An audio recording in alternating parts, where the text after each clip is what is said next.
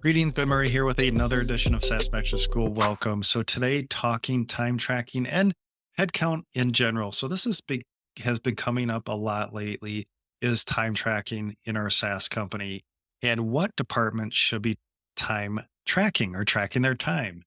And I'd say historically, what I see for time tracking is our professional services team. So if you have a team that sets up, configures, onboards, trains your customers, that is an area where we are tracking time because if we have to track billable time, depending if we're doing time and material, even if we're doing fixed scope, fixed fee services implementations, we have to track that time to see how we're doing billable utilization, how fast we're going to pull our services backlog through, all that great stuff. So services, definitely that's an area where we are tracking our time.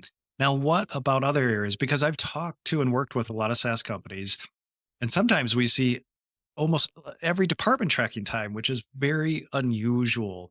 Like, say, sales, typically, right? We're not tracking our time. The other area or department where we do have some time tracking, and this varies quite a bit, is our dev team. And sometimes I see SaaS companies where they are tracking their time. Other times it's more, say, on a project or sprint basis. So we kind of generally know what projects they're spending their time. And from a CFO perspective for the dev side, that's really important because if we're capitalizing our software and to pass audit, we've got to prove that we are tracking time correctly. And we have to go back to the source data, back to the people who are actually putting in that effort for the capitalization. So again, professional services, dev team to some extent.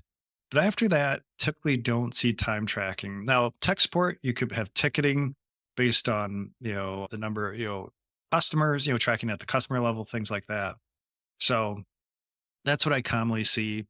And then the next thing with this is really why I'm talking to SaaS teams and founders about this is we're trying to get their headcount roster coded correctly.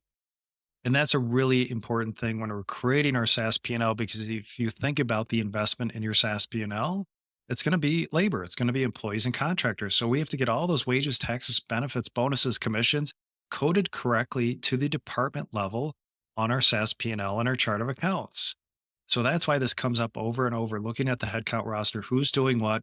Are they are they wearing multiple hats where maybe we need to allocate that person to different departments? So that's why this time tracking comes up and, which departments do they usually track time? So really important to get our headcount coded correctly because then that flows to our SaaS P&L and then we have an accurate SaaS P&L. So just a little quick thoughts on time tracking and headcount coding.